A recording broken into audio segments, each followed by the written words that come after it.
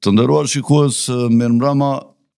Sot po zhvillojmë një podcast për çështjen e më të rëndësishme që po ndodh në ngjarjen botërore, që është lufta në lindjen e mesme, ku lufta në fakt është përhapur në të gjitha vendet, ashtu siç kishte kërcënuar në fakt Irani, që do sulmonte të gjitha ato vende që do mbështesnin platformat e ndryshme nga të cilat nisen sulmet kundër Iranit në çdo vend që ndodhen në lindjen e mesme, qoftë aeroporte, qoftë porte, qoftë detet ku ndodhen anijet luftarake amerikane, si dhe Izraelin. Para se të fillojmë emisionin, dëshiroj t'ju kujtoj të gjithë atyre që ende se kanë bërë subscribe kanalin ton dhe që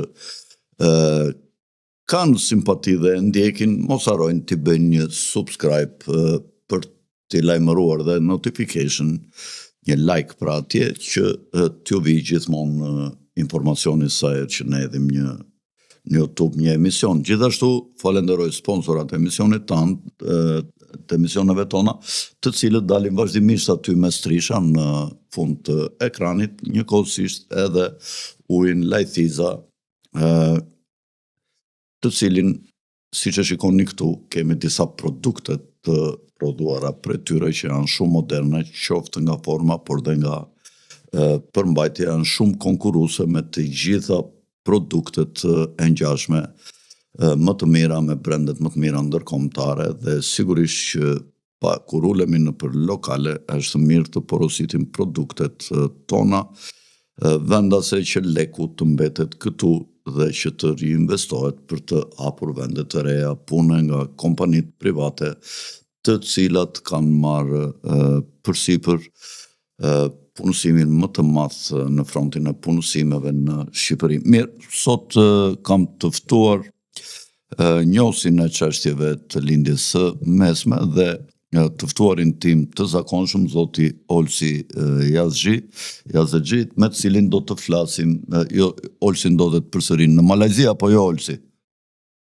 Malajzi. Ndodhet në Malajzi dhe do të diskutojmë mbi situatën e luftës. Dihet që ka ndodhur disa ngjarje të rëndësishme këto kohët e fundit. Është dosja Epstein, ku një gjuish së bashku me Mossadin dhe me disa njerëz të Mossadit në Shtetet e Bashkuara janë përpjekur të ngrenë një rjetë merimange ku të kapin të gjithë personazhet kryesor të politikës dhe të kulturës në një rjetë merimange ku t'ju tregojnë gjithë votuesve dhe shoqërive të tyre në Angli, Evropë dhe në përgjithësi në vendet e perëndimit, se ata që i qeverisin janë disa njerëz imoral, pedofilë, që kanë thyer të gjitha normat shoqërore dhe në këtë mënyrë të godasin kulturën e krishterë perëndimore dhe t'ju thonë njerëzve që ka rënë marrëveshja e ungjillit midis Zotit dhe atyre që besojnë në Krisht, dhe populli i zgjedhur janë ata të dhjatës së vjetër, pra janë gjuishët, dhe po ngrihet epoka e dhjatës së vjetër dhe jo, pra do sundoj dhjata e vjetër dhe jo dhjata e re, siç është dukur se ka sunduar këto 2000 vjet mbas Krishtit. Njëkohësisht këto ditë është thirrur në seancë parlamentare në Kongresin Amerikan Hillary Clinton dhe Bill Clinton, dy nga njerëzit më të fuqishëm në vitet 90 dhe 2000, të akuzuar nga dosja Epstein për pedofili, dhe njëkohësisht ka pasur edhe dosje komprometuese, video komprometuese për presidentin Trump, i cili mund të jetë në ndrysni, pasi dihet se dosjen Epstein e zotërojnë në total, e zotëron shërbimi sekret i Mossadit, dhe FBI ka marrë ato thërimet që vetë këta i kanë lejuar sa për të filluar dhe për të hapur akuzat, dhe presionet e vërteta i bën Mossadi nëpërmjet dosjeve që ai ruan, dhe një nga mënyrat se si mund të jetë trysnuar presidenti Trump për ty në luftën kundër Iranit, atë që s'kan guxuar ta bëjnë 8 president që nga Jimmy Carteri edhe deri në ditët e sotme që kanë kërkuar të godisnin Iranin, më në fund duket se për herë të dytë po e realizon presidenti Trump, pasi duhet të thënë që ai e goditi edhe një herë në luftën 21 ditore, bëri disa goditje në këto bazat e pasurimit të uraniumit. Olsi, si duket situata mbas këtyre 2 ditëve, madje është një ditë e rëndësishme, data 28, kur është vrarë edhe kreu politik i shtetit të Iranit, Ali Khamenei, në moshën 86 vjeçare. E kanë konfirmuar këtë edhe presidenti Trump dhe Benjamin Netanyahu, të cilët kanë theksuar që ai është vrarë, por ndërkohë lufta po vazhdon akoma dhe me egër, nuk e dim kush e ka marrë zinxhirin komandues, dhe për këtë do të bisedojmë me Olsi Axhiun, i cili është një ekspert për çështjet e lindjes së mesme. Olsi, çfarë mund të na thuash për panoramën dhe për situatën që po ndodh tash në lindjen e mesme, se ju keni mundësi dhe media më shumë, pastaj do flasim një çik dhe për reagimin e Shqipërisë në lidhje me këtë luftë. A ishte i nevojshëm një prononcim kaq i drejt për drejt i kryeministrit Rama?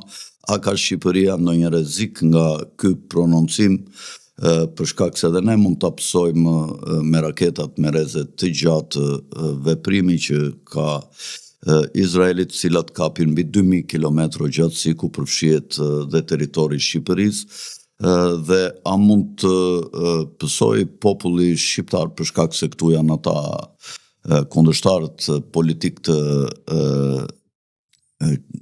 të Iranit, janë këta mujahidinët, dhe njëkohësisht janë këto deklaratat e pandërprera të kryeministrit Rama, sigur do t'i falin ndonjë diçka atij që bën këto deklarata. Si e mendon Olsi situatën në lidhje me këto që përshkrova unë dhe me pyetjet që u bëra?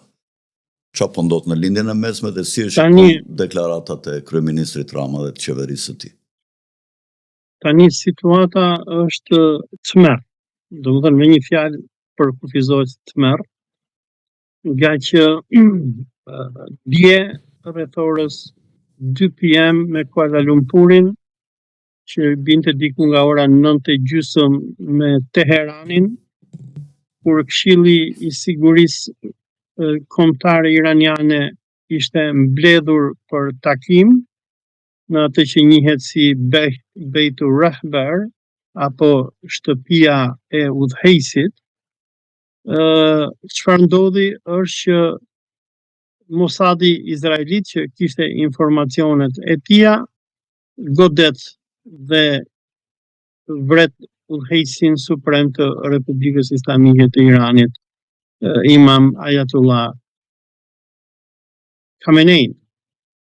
Vrasja është një nga zhvillimet më të tmerrshme që i ka ndodhur lindjes mesme, që prej rënies Kush u vra tjetër Olsi atje përveç Ali Khameneit, kush u vra tjetër? Përveç Ali Khameneit u vran edhe kreu i ushtrisë iraniane, u vra Ali Shamkhani, këshilltari i sigurisë kombëtare. Dyshohet që do jetë vrarë edhe presidenti iranian, Masoud Pezeshkian. Domethënë janë vrarë disa nga krerët më kryesor të shtetit iranian. Dhe goditja erdhi si gjithmonë në mënyrë të pabesë, dhe nuk janë amerikanët që e kanë bërë goditjen, janë izraelitët. Ishte Netanyahu, i cili me spionët e tij i treguan pak a shumë që po bëhej kjo mbledhje e Këshillit të Sigurisë Kombëtare, ka dërguar avionët dhe thuhet që kanë hedhur rreth 30 ton bomba mbi banesën e Rahberit. Kjo shtëpia e udhëheqësit është pak a shumë si godasësh shtëpinë e bardhë dhe të vrasësh gjithë qeverinë amerikane. Domethënë këtë ka bërë Izraeli. Dhe presidenti amerikan Trump, i cili nuk po donte që të niste sulmin kundër Iranit, dhe amerikanët ishin duke kryer bisedime, sikur kanë bërë edhe më herët. Fakti është që Izraeli i dha Iranit atë që i bëri edhe në qershor të vitit 2025, në kohën kur amerikanët bënin bisedime, Netanyahu papritur shkon edhe godet. Dhe më pas kësaj goditje, i detyron amerikanët me pahir që të hyjnë në luftë. Për personat që kanë ndjekur fjalimin e Donald Trumpin e kanë çuar nga gjumi, ka qenë ora rreth 1:30 e natës me Floridën me Amerikën, bides për personat që kanë parë Donald Trumpin kur del, ai ishte në një vend terrët, se si duket s'ka patur as studio ku të flasi, dhe jep njoftimin që po edhe neve jemi bashkangjitur Izraelit dhe do bëjmë ndryshim regjimi në Iran. Por për personat që e kuptojnë dhe e analizojnë mënyrën se si flet Trumpi duket i trembur, sepse ja ka bërë peshqersh si gjithmonë Netanyahu, dhe sikur ju e përmendët në fillim të hyrjes së kësaj bisede, zionistët e kanë Trumpin peng. Trumpi kur erdhi në pushtet, ai erdhi me premtime të mëdha që ai nuk do bënte më luftë pafund, do të jepte fund luftrave, do bëhej presidenti i paqes etj. Por puna është që ja ku jemi përsëri dhe po kemi deja vu të luftrave pafund që Izraeli bën. Në personat më të rëndësishëm që u vranë, domethënë dje në mëngjes me orën e Teheranit, është Ayatollah Ali Khamenei, i cili është Ayatollah, është udhëheqës shpirtëror i Republikës Islamike, është pak a shumë njeriu më i rëndësishëm, është si me vra papën. Domethënë, sikur ti thot truni Netanyahu, të shkoj të vrasi papën nesër. U vra edhe shefi i shtabit ushtrisë iraniane, Abdulrahim Musavi, u vra komandanti i përgjithshëm i gardës revolucionare Muhammed Pakpur, dhe u vra dhe Ali Larijani, sikur e përmenda. Domethënë, kjo që ka bërë Netanyahu dje është sikur fjala bie Irani të gjente momentin kur presidenti Trump të mblidhej me generalet e tij edhe me ministrin e luftës Pete Hegseth edhe me sekretarin e shtetit Marco Rubio të mblidhej në Shtëpinë e Bardhë, dhe Irani shkonte ti vriste të gjithë. Dhe këtë gjë është që e ka bërë Izraeli.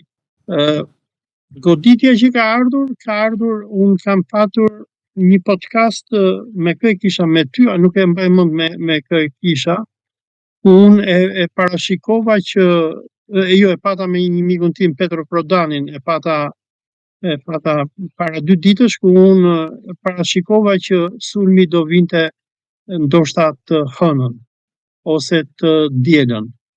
Pse unë e parashikova sulmin nga që sot është data 1, nesër është data 2, dhe nesër qifutët kanë festën e Purimit. Për personat që e njohin Dhjatën e Vjetër, është një libër që quhet Libri i Esterit, dhe në këtë libër i prostitutës Ester, dhe është historia se si kur judejt ishin në Iranin, në Babiloni, në kohën e perandorit Xerxes i parë, dhe kryeministri i kohës Hamani donte që ti dëbonte këta dhe ti hiqte qafe, sepse këta merreshin me fajde, ishin të pabes, ishin hajdut dhe po e shkatronin ekonominë e perandorisë Akimenide. Dhe çfarë bëjnë çifutët me një pimp që kishte emrin Mordecai, dërgojnë këtë prostitutën Ester, ja çojnë mbretit iranian, që njihet përndryshe në Bibël si Ahashverosh, ja çojnë këtë Esterin e Purim do të thotë short, sepse ai desh të zgjidhte një datë kur do godiste çifutët në Babiloni, Dhe këtë ka kuptimin shortit, do më dhenë që ju ka rënë juve shortit tash për t'ju goditur. Ky është mesazhi që dërgohet me festën e Purimit në Tiranë. Po duhet të sqarojë diçka nga ana teologjike, se çfarë bëjnë këta, pasi ja çojnë këtë kurvën Ahashveroshit, kjo si duket i bën magji i hedh trute gomarit këtij Xerkesit të parë, dhe ky vret gjithë qeverinë e tij, vret Hamanin, vret gjithë ministrat që i kishin thënë që shive ne duhet bëjmë diçka se këta nëpërmjet fajdes po na shkatrojnë ekonominë. Dhe që futët këtë masakrim që i bëjnë qeverisë iraniane në kohën e perandorisë Akimenide, e cila është pasardhëse e Babilonisë, e festojnë vit për vit dhe i quajnë festën e Purimit. Dhe çfarë bëjnë që futët në festën e Purimit?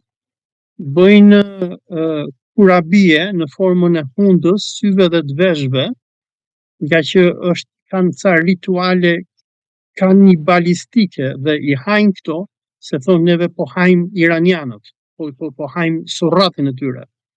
Dhe pse Netanyahu e nisi luftën dje, nga që ai donte që t'i jepte çifutrisë botërore kokën e Khameneit. Domethënë ashtu sikur në historinë biblike ne e dim që çifutët kanë këto rituale kanibalistike ku në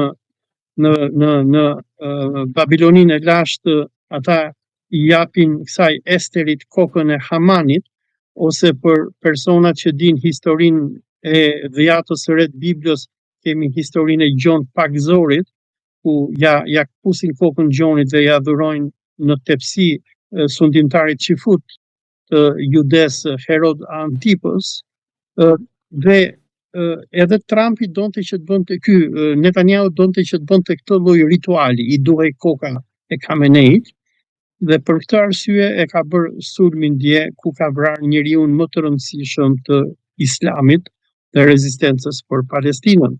Ama vrasja e Khameneit ka hapur atë kutinë e Pandorës, nga që arsyeja pse Irani deri në këto momente është treguar shteti moderuar, ka toleruar zionistët kur i vran president Raisin, kur i vran Qasem Sulejmanin e tjerë, ka qenë gjithmonë Khamenei. Khamenei ishte një xhaje plak, 86 vjeçar, por shumë i respektuar për dijen e tij fetare.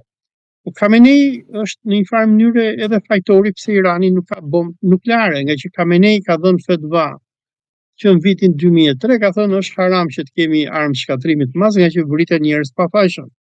Dhe me vrasjen e Khameneit janë bërë, domethënë ka nisur një reaksion zinxhiri pa parë në historinë moderne të botës tonë të lindjes mesme.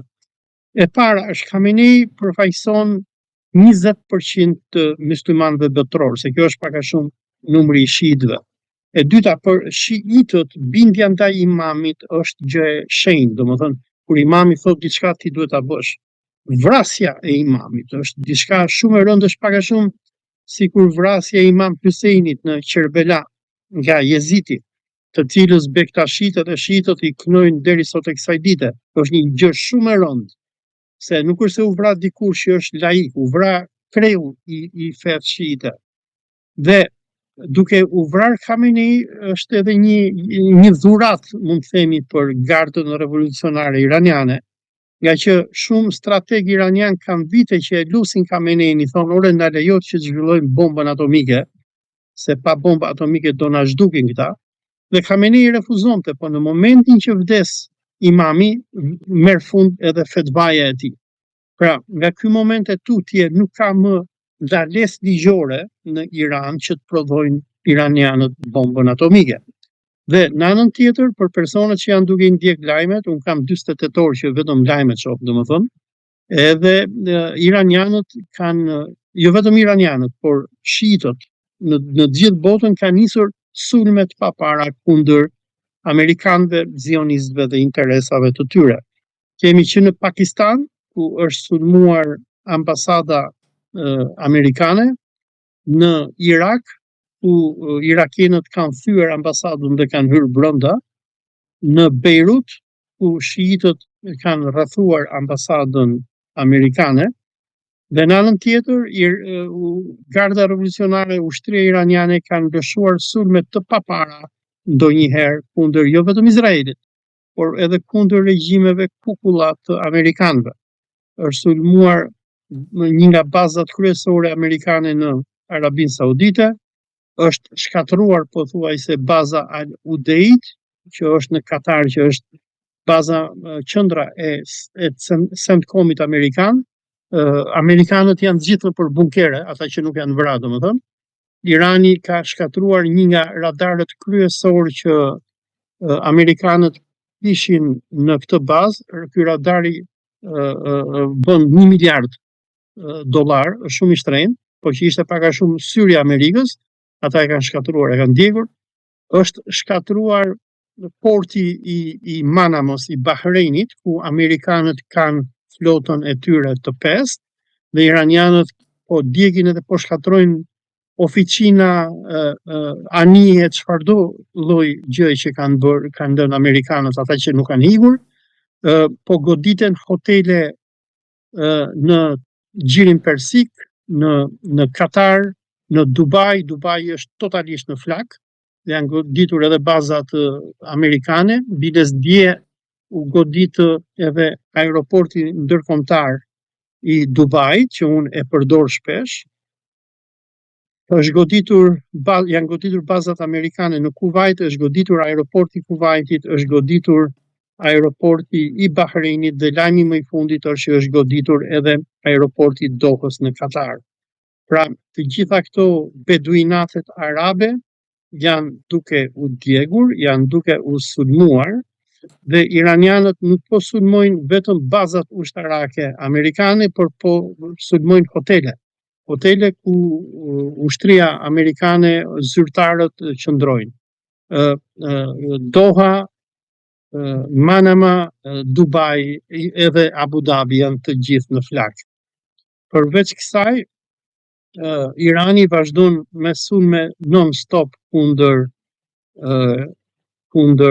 Izraelit. Tel Avivi po kthehet në gërmadh, po shkatrohen lagje të tëra, dhe përveç kësaj iranianët po sulmojnë edhe luftanijet amerikane, të cilat amerikanët janë larguar nga Gjiri Persik, nga që kanë frikë, janë larguar për në Oqeanin Indian, por iranianët po i godasin gjithandej. Deri më tani ne nuk dim nëse kanë fundosur ndonjë anije amerikane, edhe pse dje u botua një lajm që kishin goditur Abraham Lincolnin.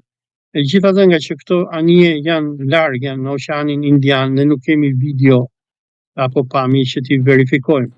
Përveç kësaj, Irani në bashkëpunim me Huthit, domethënë me qeverinë e Yemenit të Veriut dhe me milicit e shite të Irakut, kanë nisur sulme kundër objektivave izraelite dhe amerikane, dhe kanë mbyllur detin e Kuq dhe ngushticën e Hormuzit.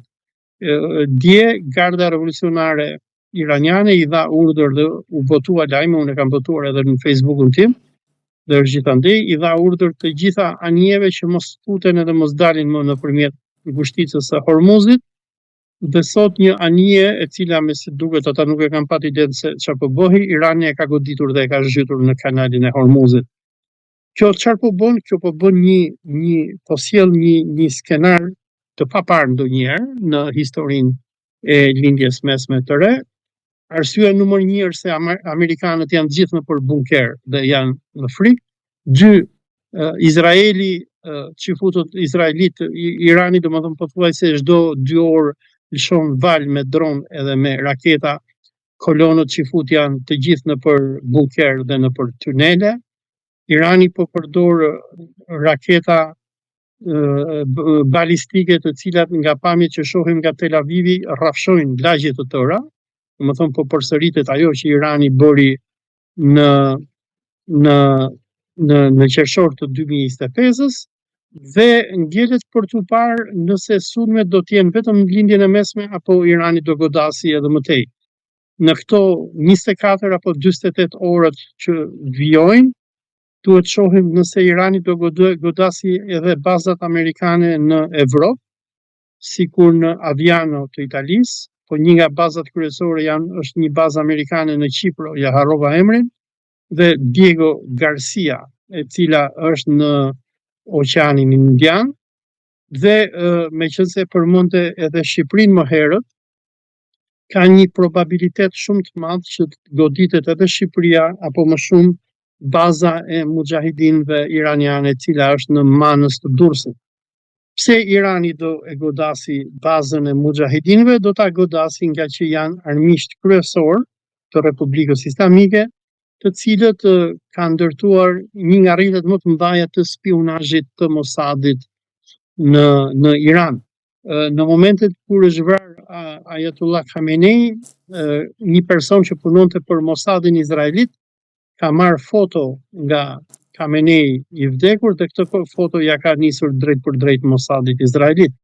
Dhe iranianët dyshojnë që janë mujahidinët e Manzës, ata që qëndrojnë mbrapa këtyre sulmeve, dhe në një moment të tillë kur iranianët nuk po pyesin më, domethënë kjo është një luftë totale e hapur dhe po i sulmojnë amerikanët si në det, ashtu edhe në tokë, sulmi i regjimit drogaxhit të Edi Ramës është asgjë, dhe duhet t'i kujtojmë opinionit publik shqiptar se nëse këto monarkitë e gjirit persik, sikur Katari, Emiratet Arabe, Arabia Saudite kanë sisteme antiraketore Patriot, nëse Irani do vendosi që të sulmojë Shqipërinë, me çfarë do mbrohet Shqipëria? Me policinë antiterrorit të Edi Ramës apo me ato zjarr fiksat që ai i gjuan protestuesve në Tiranë? Pra, dhe dalim tek pyetja jote që ma dhe më herët për Ramën që po bën deklarata kundër Iranit. Rama ka bërë 2 deklarata. Deklarata e parë ishte dje, kur ai mbështeste sulmin e pabes izraelit kundër Iranit, të që ka bërë në fakt edhe Berisha, sa herë ndodhte ndonjë sulm i Izraelit ose i NATO-s mbi këto vendet muslimane, këta dilnin dhe me njerë prononcoheshin, bënin deklarata të gëzuar që ndodhte kjo lufta. Si mendon ti, Olsi, pse ndodh kjo? Çfarë i shtyn këta që janë kaq të përkushtuar ndaj luftës? I detyrojnë apo e kanë si ndjenjë servilizmi apo se një luftë nuk është e mirë, ne domethënë një udhëheqës mund të bëj deklarata për vetëpërmbajtje që urojmë që të vjet paqja sa më shpejt, të mos ketë luftë midis këtyre popujve, ata që e pësojnë janë popujt, nuk duhet që popujt të vuajnë për shkak të politikave, domethënë këto lloj deklaratash bën. Nuk bën deklarata që mirë ja bën këti, të dalë kjo është jashtë ligjit, garda revolucionare dhe tjetë vetëm në ligj, tjetë vetëm IDF-ja ose NATO-ja ose Shtetet e Bashkuara dhe të sulmohet dhe të vriten gjithë populli iranian. Çfarë janë këto deklarata monstruoze që bëjnë këta dhe që mund të sjellin dhe pasoja, siç e thoni ju, po dhe në pikpamjen humane nuk tingëllojnë mirë dhe ky nuk është roli një politikani që të nxit luftën. Roli i politikanit i një vendi tjetër është të sjellë instrumenta paqe, të thotë diçka që të shërbejë si ujë në zjarr, që ta shuaj zjarrin, jo të bën palë për interesa personale të politikanëve që të qëndrojnë këta të sundojnë e të vjedhin popullin shqiptar, edhe bën me më të fortin që ata të ndihmojnë në pasaj që këta të manipulojnë dhe të shtypin shqiptarët. Tani këta i bëjnë këto lloj deklarata. Ma ngri pak zërin në kufje. I bëjnë këto për disa arsye. Arsye e parë është se për shembull Berisha është pak a shumë në pozitën e Ayatollah Khameneit në këto momente me amerikanët. Ai është non grata. Ai nuk lejohet të hyjë në Amerikë. Ai po të hyjë në Amerikë atë e arrestojnë. Jo, tash kur ka qenë në pushtet, edhe ai bënte deklarata të tilla të ngjashme, sa kishte luftë në ligën e mes. Edhe dje ka bërë Berisha, të njëjtën deklaratë ka bërë. Si Berisha, si ai tritan prapë. Edhe ai Berisha vazhdon, megjithëse ata po e luftojnë, ai përsëri servili tyre. Çfarë janë këta politikanë që nuk e kuptoj. Nuk di të paktën këta mos flasin. Më ngri zërin e Olsit në vesh, në kufje. Polsi. Berisha ka pak a shumë Nuk e sindromin dëgjoj, e Kadri. A më dëgjon tani? Regjia, Berisha tash po. Berisha ka pak a shumë sindromin e Kadri Hasbiut, që edhe kur Enver Hoxha e çoi në litar, thoshte partia ime, thoshte do më dënoj. Dhe Berishën amerikanët në 1997 e trajtuan sikur Saddam Husseinin apo Ayatollah Khamenein, e rrëzuan nga pushteti me terroristët socialistë dhe ai është sikur thot populli ynë është një qen I lagur, edhe qeni kur e rref qenin, domethënë qeni vjen edhe të lëpihet, çfarë do lloj gjëje ti bësh. Dhe patëm deklarat dje nga Tritan Prasi, të cilin e rrahën shqiptarët në 97-ën, edhe I ngeli edhe pseudonimi I Prasit. Edhe Berisha ishin Tritan Shehun. Për Tritan Shehun, domethënë, edhe janë që të dy domethënë më agresivët, dhe këta pse I bëjnë këto, I bëjnë që t'i bëjnë qefin amerikanëve. Ndërsa Tritani kërkon të bëhet ministri I jashtëm, si duket, ndëron që edhe duke vdekur të jetë 85 vjet, të vi PD-ja bashkë me Berishën, duke vdekur të dy të kenë mundësi të vjedhin prap shqiptarët. Më ngri pak zërin në regjia. Dhe ndërsa Edi Rama është pak a shumë në pozitën e Saddam Husseinit. Më bjen dhe mikën zërin regjia. Duhet kujtojmë që në vitet 1980 deri në 1988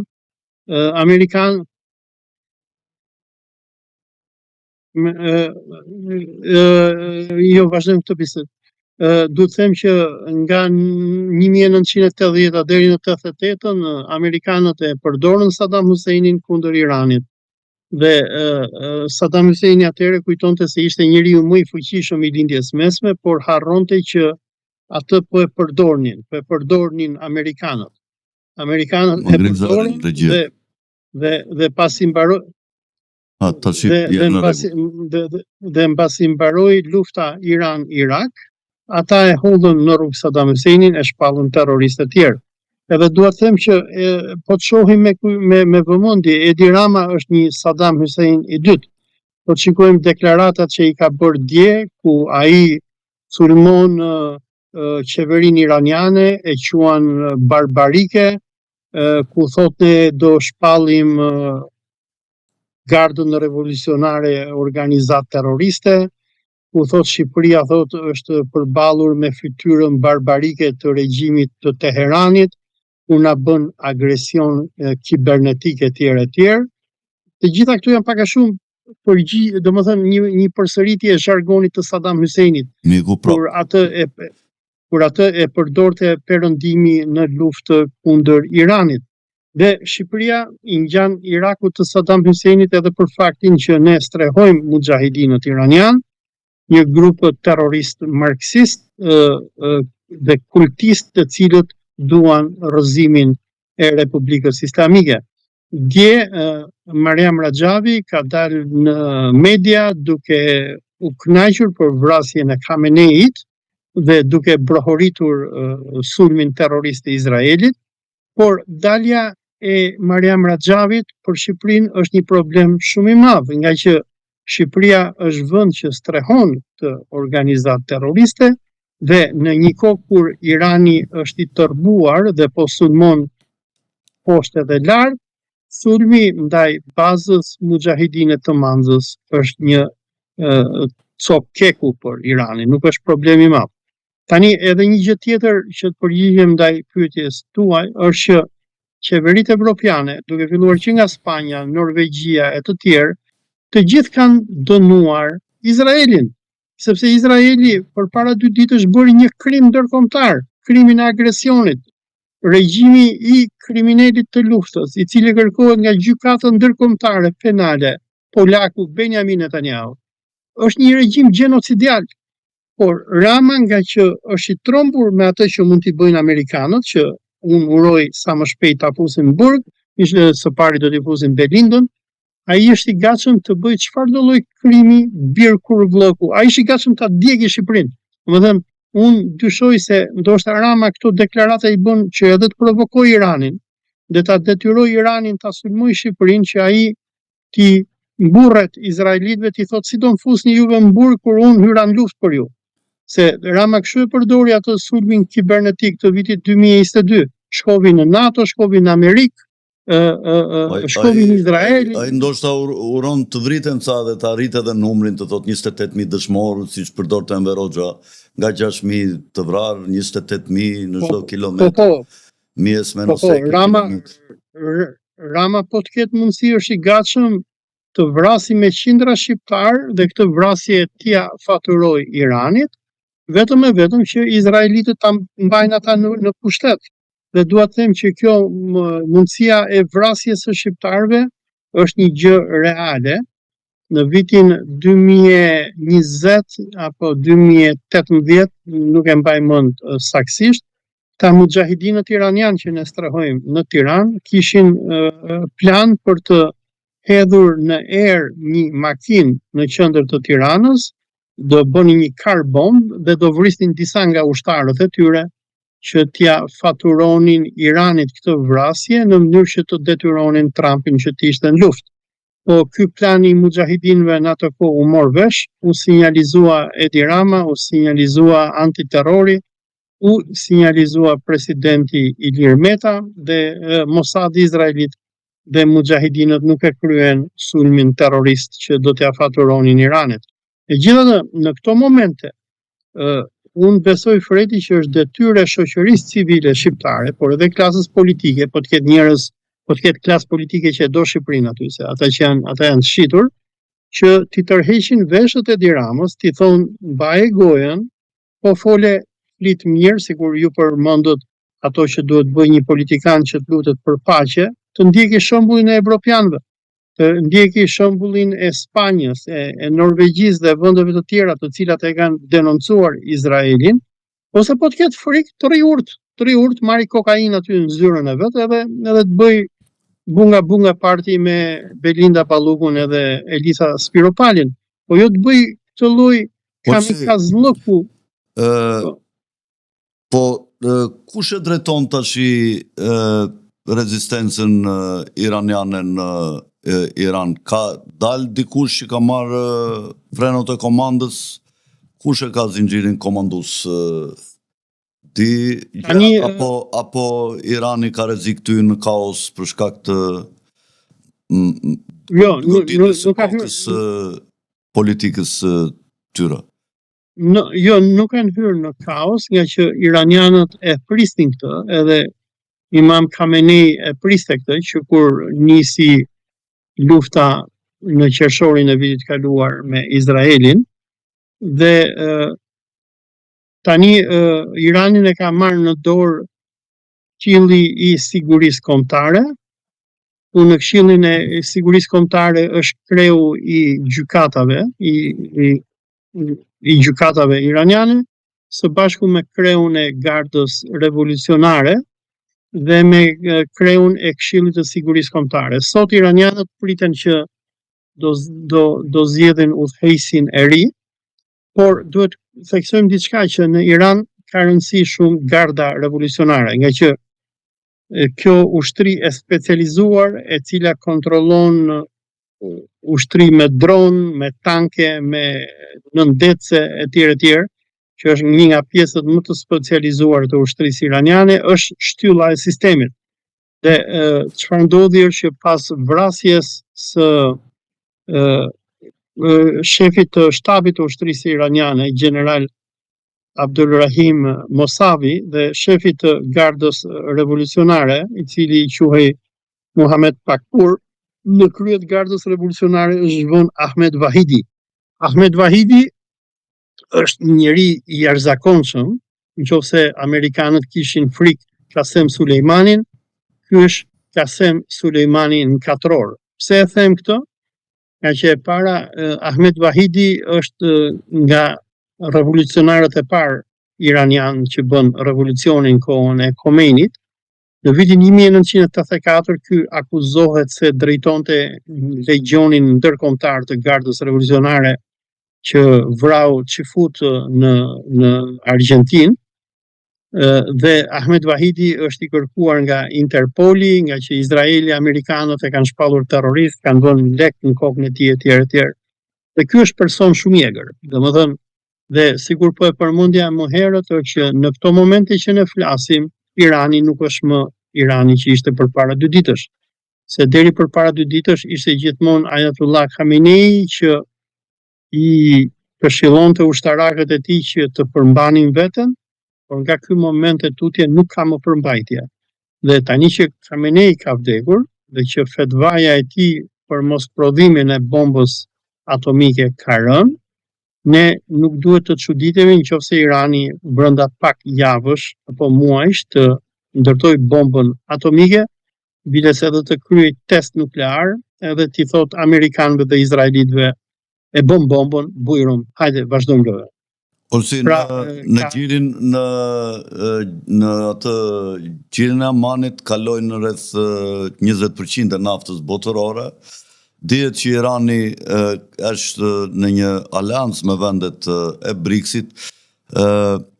Cili është reagimi, kush ka qenë reagimi zyrtar I Kinës dhe I Rusisë dhe sa janë të angazhuara këto 2 vende në armatosjen dhe rritjen përpjekjet për të rritur fuqinë ushtarake të Iranit kundër Izraelit dhe Shtetet Bashkuara. Çfarë informacione ke aty ti për edhe mbas luftës 21 ditore, a kanë ndihmuar këto 2 vende në rritjen e potencialit ushtarak të Iranit, ashtu siç ka ndodhur për shembull me Izraelin, I cili pasi dështoi në një farë mënyrë me atë Iron Dome, ka ngritur një sistem tjetër më të sofistikuar ku këta deklarojnë që Izraelitët deklarojnë që mund t'i kap deri 200 milje larg mbi objektivin ku duan të bien raketat e ndryshme. Është një sistem tjetër që këta e kanë vënë dhe e quajnë Hobet e Davidit në mos gaboj, dhe a ka pasur sukses ky sistem I ri mbrojtje dhe sa përqind të raketave të Iranit këta kanë shkatruar në ajër dhe nuk kanë lënë që ato të bien në tokë dhe të dëmtojnë objektivat që kanë pasur. Çfarë informacionesh ke për këtë? E para është që ne nuk e dim sa përqindje e raketave iraniane po arrin që të godasin Izraelin, nga që në Izrael që dje nga ora 6 me Kuala Lumpurin, domethënë rreth 3 orë pasi iranianët kishin nisur kundërpërgjigjen, se iranianët e nisën kundërpërgjigjen brenda 1 ore, pasi u bë goditja izraelite, ata u përgjigjen shumë shpejt, fakt që I ka habitur edhe amerikanët, biles po shikoja një analist amerikan sot në mëngjes që thoshte që generalët amerikan po habiten nga kundërpërgjigja kaq e shpejtë e Iranit. Nga që ata mendonin që Irani do t'i marrë kohë, domethënë që të kundërpërgjigjet, ndërsa Irani u kundërpërgjigj brenda 1 ore. Dhe izraelitët kanë vendosur censur totale, domethënë po nxore video të Husin Burg, dhe gjithatë kemi arritur të shohim pamje që po botohen në internet, Tel Avivi po shkatrohet. Që do thotë që këto sistemet antiraketore izraelite nuk po punojnë. Biles po shikoja një video mbrëm ku izraelitët godisnin një raket iraniane me 3 antiraketa Patriot dhe që të 3 nuk arrinin që ta godisnin raketën dhe raketa hynte dhe godiste. Roli Kinës dhe Rusisë cili ashtu? E dyta është që Kina me Rusinë e kanë ndihmuar Iranin në mënyrë masive dhe unë po shoh, domethënë unë besoj që domethënë përveç furnizimit me radar, me sisteme antiraketore etj, unë mendoj që ndihma më e madhe që Irani po merr në këto momente është nga Kina. Me satelit besoj që ndihmohet nga Kina për të goditur këto anijet, se është e vërteta që është goditur një nga 3 anijet aeroplanmbajtëse që kanë pasur Shtetet e Bashkuara në rajon. Dhe ato nuk mund të goditen pa informacion nga të paktën nga satelitët, dhe dihet që Kina ka satelit. Dhe Irani, domethënë, ndërsa në luftën e qershorit iranianët përdorin sistemin GPS, në këto momente iranianët përdorin sistemin Baidu, që është pak a shumë GPS I kinez, ku kinezët po japin iranianëve të gjitha koordinatat. Dhe ndihma kineze është për personat që kanë ndjekur lajmet rreth Iranit përpara një jave, satelitët spiun kinez non-stop i kanë dhënë informacione iranianëve se ku po vendosen avionët izraelit, si po lëvizin, çfarë po bëhet. Dhe po të shohim kundër përgjigjen iraniane në këto momente, kuptohet që Irani nuk është më Irani qershorit 2025, është shumë herë më i avancuar, dhe fakti më interesant është që iranianët dinin me saktësi se ku ndodhej në Katar ky super radari amerikan prej $1 miliard, dinin vendodhin e tij dhe goditën ato. Domethënë kjo është një këto dinë se shërbimi sekret i Iranit është relativisht i fortë dhe në rajon aty ka informacione shumë të mëdha, diskutohet. Ama Irani nuk e bëri këtë gjë në qershor. Dhe goditjet që po bëhen në këto momente të tregojnë që iranianët din me përpikmëri çdo gjë. Domethënë imagjinon iranianët po bombardojnë në Manama të Bahreinit dhe në Doha të Katarit dhe në Dubai dhe në Abu Dhabi, po bombardojnë hotele, pallate, vendet ku strehohen ushtarakët. Olsi, ti besoj që e ke dëgjuar një deklarat profetike të Albert Pikes, i cili kreu i masonerisë amerikane, ai që thuhet që nga një kasole bërin gradacel atë masonerinë amerikane, ka qenë një nga generalët e luftës, por çuditërisht ka qenë me jugun, i cili komandoi nga Rothschildët në luftën civile, dhe në kohën e Abraham Lincolnit, president Abraham Lincoln 1852-1856, dhe ka qenë një nga njerëzit, një nga generalët që ka komanduar dhe e kanë dashur indianët e Amerikës, të cilët luftonin kundër presidentit Abraham Lincoln, kundër veriut, i cili nuk donte të lejonte ndarjen e Shtetet e Bashkuara në 2 pjesë, sepse këta mendonin ta bënin me 4 shtete të mëdha dinastia Rothschild, Amerikën e Veriut, ku ishte Kanadaja, Amerikë e Veriut, Amerikë e Jugut dhe Meksika, dhe këta të bënin pasaj aleanca të ndryshme, duke qenë 4 entitetet fuqishme, mund të manipulonin dhe t'i fusnin në luftë, që sikur mjafton 1 ose 2 të manipulonin, i bënin aleat për të luftuar 2 të tjerat, dhe ata të fitonin para nga industria e luftës. Dhe Albert Pikea ka qenë i përfshirë dhe çuditërisht është një nga figurat e luftës civile, nga drejtuesit e luftës civile, general Albert Pike, i cili ka pasur, megjithëse ishte me palë numse, ka pasur monumentet e veta në shumë vende të Shtetet e Bashkuara, sidomos në Washington dhe në New York, dhe madje tash në këto protestat që u bën kundër Trumpit më 2019, busti i tij është hedhur, është rrëzuar poshtë, sepse konsiderohet dhe si themelues i Ku Klux Klanit, pra mbrojtjes së racës së të bardhëve, dhe ai ka bërë një deklarat në një letër që i ka shkruar drejtuesit të masonerisë në Evropë, Giuseppe Mazinit, njeriu të Rothschildëve dhe një nga aksionerëve kryesor me këto aktet diversioniste të ndryshme kundër regjime perandorake që ka qenë Evropa në atë kohë, kundër Metternichut, kundër Romanovëve, kundër në Francë ka pasur aktivitet të mëdha, aktivitete të shumta.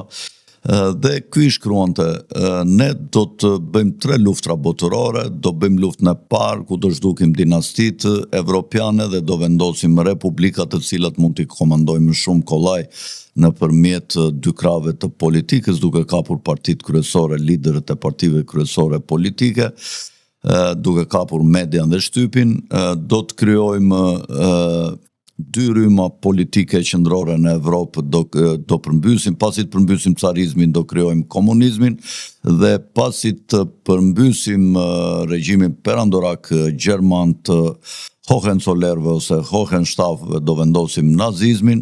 Pastaj do bëjmë një luftë të dytë botërore ku do fusim nazizmin me komunizmin dhe do krijojmë sionizmin, i cili do bëhet gjithnjë më shumë dominant në saj të përkrahjes së evangelistëve, të cilët konsiderohen si gjuish, të cilët u ndan në dy degë kur erdhën dhe kryuan atë që quhet fisnikëria e zezë në vitet 1000 me fisnikërinë e Venecias dhe të Gjenovës, dhe ku një pjesë u bashkuan, u kthyen të krishterë dhe u bashkuan me dinastitë evropiane të asaj kohe, dhe u bën të krishterë evangelistë dhe të tjerët që qëndruan për të dhënë pare me fajde duke flas për elitat e qifutëve. Dhe ky thotë nëpërmjet ndihmës së evangelistëve që do t'i japin sionizmit, ato që po ndodhin pak a shumë, do të fusim në luftën e tretë botërore, sionizmin me islamin, ku do t'i shkatrojmë që të dyja.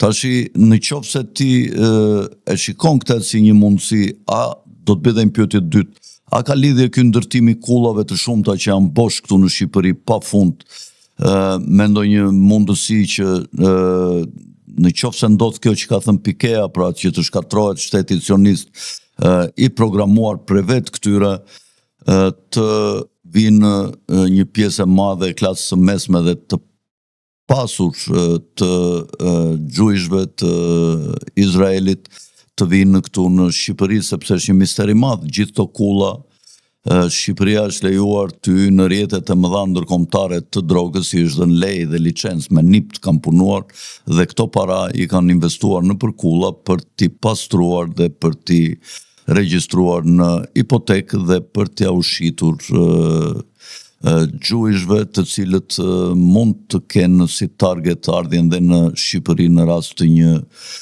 goditje të madhe që mund t'i ndodhi Izraelit nga shiu i raketave. Ka ca misteret mëdha, Olsi, si e shikon këtë lloj paraqitje që të bëra unë për këto dy çështje? Jam dakord me ty, domethënë, kjo përplasja e islamit me krishterimin që ky Pikea ka dhënë, Robert Pajku, është diçka që ne e pam me sytë tonë që u bë, me rënien e Bashkimit Sovjetik, u vërë zionizmi ndërkombëtar manipuloi perëndimin e vërsulli kundër islamit, dhe pastaj kur myslimanët u detyruan që dinin vendet e tyre, ishin prapë ta zionistët edhe sorosistët, që i bënin presion qeverive perëndimore që t'i pranonin këta arabët edhe myslimanët, dhe ndodhi pak a shumë një farë kolonizimi i veriut të krishterë nga myslimanët. Dhe e dyta është që pyetja juaj pse po bëhen kullat në Shqipëri, unë besoj që kjo nuk është më një teori konspirative. Personat që pan Ramën kur ai vizitoi Knesetin izraelit në janar, nëse s'jam gabim, të vitit 2026, ku i dridheshin këmbët përpara Netanyahut.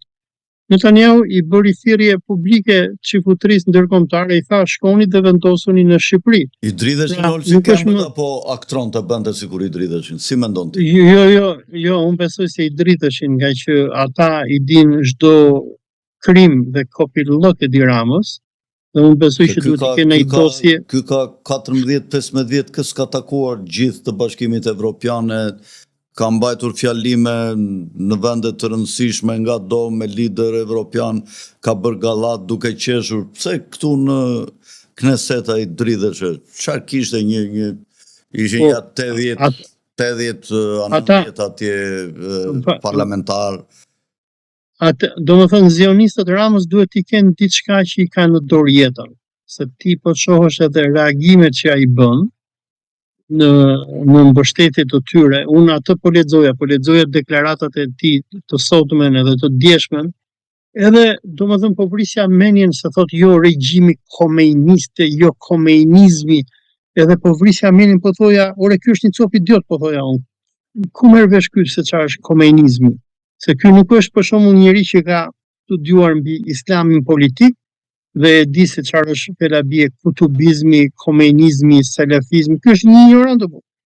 Dhe puna është ky është kështu ka të BBC-së të këtyre CNN-it, është pak a shumë se ai Bledimania që ka mund atje në rreth i katror, çfarë dëgjojnë ndonjë lajm kështu idiot kështu edhe pa u thelluar, pa marrë vesh se cilat e krymat dhe forcat fillojnë ju flet goja para metës. po përdor terma të mëdhenj, domethënë edhe nuk i kupton edhe gomarrvishjet që bën, ë? E para, e dyta është që ata zionistët duhet ta kenë aq peng atë, saqë ky e ka kthyer Shqipërinë në një qendër jo vetëm që po ja hapi zionistëve. Ajo që, domethënë dëgjoj, ne urrejmë Netanyahun, por në të njëjtën kohë duhet që ta respektojmë Netanyahun për një fakt se Netanyahu gjërat që i thot i ka për një me. Nuk është njëri që tallet, nuk është njëri që flet në ajër. Dhe ajo që Netanyahu bëri në Knesetin izraelit, ku i bëri thirrje çifutrisë botërore, tha shkoni vendosuni në Shqipëri, dhe thirrja që ky bëri në OKB në 2024, në nëntor, kur i dhanë një çmim për luftën kundër antisemitizmit lobi çifut, e tha i bëj thirrje, tha izraelitëve të vendosen në Shqipëri, ky domethënë ja ka shitur Shqipërinë zionistëve. Ky po bën atë që britanikët bën, që i shitën Palestinën zionistëve. Po britanikët nuk i shitën Londrën, i shitën tokën e ca arabëve andej që rrinin shkretir. Kurse ky po shet adheun tim edhe tëndin. Por Fredi, përpara se të vazhdojmë bisedën, dua që të them vetëm një lajm që është me shumë rëndësi, që vërteton atë që thash më herët. Limitet e kohës do të bëj dhe një pyetje Ulsi. Po mbaroj një shpejt. Domethënë lajmi më i fundit, përveç goditjeve masive që Irani po i bën Dubait, duke djegur shopping center, lajmi më i fundit është që sekretari britanik i mbrojtjes John Halley ka njoftuar që Irani ka goditur me 2 raketa bazën britanike të Kipros, kjo quhet baza e Akrotiri dhe Kelia, baza dhe ky është territor britanik. Dhe dua të them, ky është një zhvillim shumë i rëndësishëm për disa arsye. E para, Irani po godet një territor të NATO-s dhe të Bashkimit Evropian, po godet që është Kipro, po godet territor britanik, po godet bazë ushtarake britanike, dhe goditja e bazës Kipros ka shumë rëndësi nga që avionët amerikanë dhe raketat Tomahawk një pjesë e madhe e tyre goditen nga Kipro. E çfarë duhet të them me këtë gjë, se nëse iranianët në këto momente kanë thyer të gjitha tabut dhe po sulmojnë një territor të NATO-s, sepse me shumë njerëz që unë bisedoj i them, ore, do godasin Manzën, e më thonë, ore, nuk është e mundur, se po goditi Manzën Irani, do thotë që po hyn në luftë me NATO-n, tani u thyet tabuja. Përpara 25 minutave është botuar lajmi. Pra Irani po godet territor të NATO-s, dhe unë vë bast me shikuesit tanë që ne do kemi goditje edhe kundër Shqipërisë. Dëgjoj, Olsi, urojmë që kjo të mos ndodhë dhe Shqipëria të mos jetë target i tyre dhe të mos ketë asnjë problem. Unë dua të pyes dhe diçka tjetër. Benjamin Netanyahu një deklarat që bëri për të joshur evropianët, tha në qoftë se largohet regjimi i Khomeneit, nafta e Iranit do të rjedhë si lumë drejt Evropës dhe jo drejt Kinës dhe vendeve të tjera anti-perëndimore. Mos ka ndërmend ta që të sjellin në krye dike që ta shesën naftën me çmime të ulura në Evropë, që Evropa të ketë mundësi të hapë një luftë me Rusinë pasaj, duke pasur naftë me çmim të lirë dhe të mjaftueshme për burimet luftarake që kërkojnë energjinë e naftës dhe të gazit. Kjo e lidhur me interesat evropiane, si thot Netanyahu, si e shikon ti? Dhe dyta, pyetja e dytë dhe fundit, si mendon ti Olsi në rast se gjunjëzohet Irani, mund të rikthehet Shahu, sa e mundur është, djali Shah Pahlevit të parë, mund të rikthehet ai që e kemi parë në shumë situata servilizmin ndaj sionizmit, duke vajtur atje ke muri lotëve, duke vënë atë kapuçin, duke adhuruar ato simbolet e judaizmit, pra që premton që nuk do të ketë me konflikt dhe do të futet dhe Irani në ato marrëveshjen abramike, ku shumë vende muslimane janë angazhuar, si Maroku, Sudani, nuk e mend sa vende të tjera. Më le të përgjigjem se do t'i harroj. Mi le të përgjigjem. Shkurt Olsi, të lutem. E para është kjo që ju thatë për marrjen e naftës së Iranit dhe mosdhënies ndaj Kinës, nëse lexojmë dokumentin e sigurisë kombëtare që Departamenti i Shtetit Amerikan botoi, më duket në nëntor të vitit kaluar, amerikanët shpallën atë që njihet si Donroe Doctrine, ku Trumpi deklaroi që ne do të jemi ata që do të kontrollojmë hemisferën perëndimore.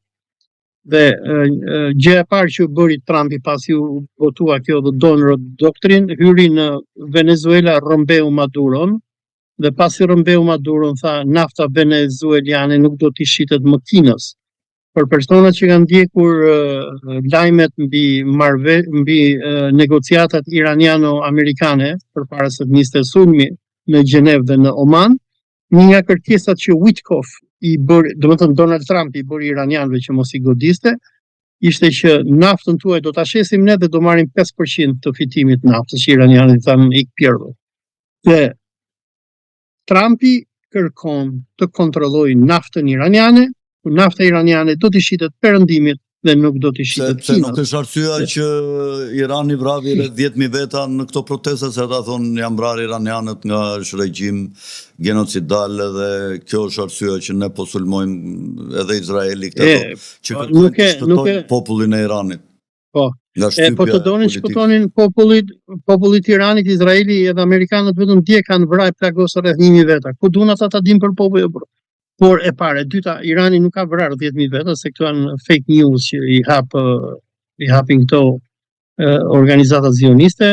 Iranianët nxorën ato statistika dhe në luftimet që ndodhen në janar u vranë rreth 3.000 ca veta, ku shumica një pjesë e madhe ishin oficer edhe polic edhe ushtarak edhe zyrtar shtetëror, rreth 700 ishin terroristë që iranianët i vranë. Tani pra, domethënë kjo është diçka që Trumpi e thot hapur, që ti përmendë që ne një arsye që ata duan të hyjnë në Iran është që ti marrin naftën e Iranit dhe mos ta lejojnë këtë naftë që ti shitet Kinës, se do ta kuptojmë domethënë, ose për personat që kanë lexuar librin e Samuel Huntingtonit The Clash of Civilizations, Huntingtoni e thotë që në 1993 që ne duhet të rrëzojmë këto regjimet islamike që mos lejojmë Kinën dhe Rusinë që t'i përdorin ato. Dhe e dyta, për instalimin e këtij Reza Pahlavit, unë nuk besoj që Reza Pahlavi do të arrit të instalohet, nga që në momentin e parë nëse bie Republika Islamike e Iranit, ne do të kemi luftë civile. Për persona që ndjekin fjalimet e Mariam Rajavit dhe mbështetësve të saj, ata që tani janë në luftë civile me njëri tjetrin. Përpara disa ditësh, kur u bë një protestë e madhe kundër Iranit në Munich, u detyrua policia gjermane që të ndërhynte dhe të ndante nga njëri tjetri, nga që këta po vrisnin njëri tjetrin në rrugët e Gjermanisë. Dhe Mariam Rajavi, për ata që ndjekin aktivitetin e mujahidinëve në Shqipëri, ata domethënë më shumë urrejnë Reza Pahlavin se sa Khamenein, dhe nga që ata janë nga personat që bën revolucionin kundër shahut, dhe Irani nuk do ketë paqe. Nëse bie Republika Islamike, Irani do ballkanizohet. Për personat që kanë lexuar bie planin me 10 pikësh të Mariam Rajavit. Mariam Rajavi, përveç se do të shkatërrojë Islamin, do bëj pak a shumë atë që bëri Enver Hoxha në 1967, ku do shkatërrohen xhamit, do vriten hoxhallarët e tjerë. Një pjesë e projektit të Mariam Rajavit është ballkanizimi apo ndarja e Iranit. Irani do ndahet ndoshta në 10 emirate apo republika. Do krijohet një shtet i vogël persian, do krijohet një shtet për kurdët, për baluçët, për azerët, për turkmenët e tjerë, dhe nuk do ketë më Iran. Që Bashkimi Evropian nuk ju ngjit kësaj lufte të sionistëve dhe Shtetet e Bashkuara kundër Iranit. Kush është arsyeja, si e shikon? Arsyet janë disa. E para, Bashkimi Evropian në këto momente po kërcënohet drejt për drejt nga zionistët dhe nga Trumpi. Trumpi kërcënon të marrë Groenlandën. E dyta, haracet për luftrat që amerikanët kanë bërë në këto 30 vite nuk i ka paguar as Amerika, as Izraeli, i paguan Evropa. Evropa ka me miliona arab dhe refugjat që kanë ardhur që nga Afganistani e deri nga Mali dhe Libia, që mbahen me lekët e taksapaguesve evropian. Dhe evropianët janë shumë të shqetësuar sepse ata e dinë që nëse bie Republika Islamike e Iranit dhe pasuritë e Iranit do të vidhen nga zionistët, nafta e tjerë, ne do kemi vërshimin e minimumi 10 milion iranianëve drejt BE-s dhe në veçanti drejt Gjermanisë. Evropa është në krizë të papar financiare, nuk ka më mundësi që të përballojë këta. Dhe si Turqia, si Evropa janë të tmerruar me ato që po bën Izraeli, ata nuk i blejnë më, jo vetëm ata, po edhe amerikanët, të gjithë e kanë kuptuar që kjo është lojë zioniste për shkatruar Islamin, dhe rënja e Iranit do të cilë një krizë të papar globale dhe do të cilë ndoshta shkatrimin e Bashkimit Evropian, nga që do bëhet një krizë e papare. Imagjinon do se çfarë do ndodhi që të vërshojnë 10 milion refugjat iranian drejt Evropës? Në qoftë se bie Irani, se këto janë pyetje hipotetike. Who is the next? Si e mendon ti, kush e ka radhën? Qeveria e Benjamin Netanyahut ndërtoi atë komisionin Nagel në dhjetor të 2024-s, pasi CIA rrëzoi Asadin, dhe komisioni Nagel deklaroi që lufta jon tjetër është me Turqinë. Përpara 2 javësh Benjamin Netanyahu në një leksion që mbajti në Izrael, thoshte që ne kemi 2 luftra përpara, e para është me boshtin shiit, i cili është i plagosur, dhe për Netanyahun ai beson se vrasja e Khameneit është frika finale në zemër, dhe pas kësaj tha do përballemi me boshtin sunit të vllazërisë myslimane, që nuk kuptohet Turqia. Izraeli do t'i vërsulet me gjithë amerikanë, do t'i vërsulen Turqisë, do ta ndajnë Turqinë, do vërtetohet ajo që ti ke thënë prej shumë vitesh, që do ndahet ajo Turqia anadollake e Turqia e bardhë, dhe nuk do ta lejojnë më Turqinë që të ekzistojë si një do krijohet Kurdistani. Ky është plani i tyre i madh, të krijohet Kurdistani. Do bëjnë Kurdistan, do vijë traktati i Sevrësit, që do krijojnë një Turqi aty në Anadol, nga Ankaraja deri në detin e Zvi, ndërsa këto territoret nga Stambolli e këtej ose do bëhen shtet ose do t'i jepen Greqisë. Dojnë në be. Greqisë do t'i marrin toka. Greqisë do t'i marrin gjithë Trakinë. Edhe Greqia do taj thik, dhe kjo pjesa e Turqisë së bardhë do t'y në Bashkimin Evropian dhe do ketë si para euron, ndërsa ajo do ketë lirën, por do kenë një politikë të jashtme dhe një politikë mbrojtje, pra do jenë federat. Kështu e mendoj unë. Olsi, të mendoj ta mbyllim këtu, se edhe nga regjia po më bën shenjë që jemi në limitet e kohës. Të falenderoj për bisedën. Dhe ngele me shpresë që kemi dhënë disa mendime dhe informacione të vlefshme për publikun për ngjarjen më të rëndësishme që është duke ndodhur, dhe njerë duke u kujtuar të nderuar shikues t'i bëni subscribe kanalit ton. Nga unë Alfred Sako, mirupafshim dhe natën e mirë.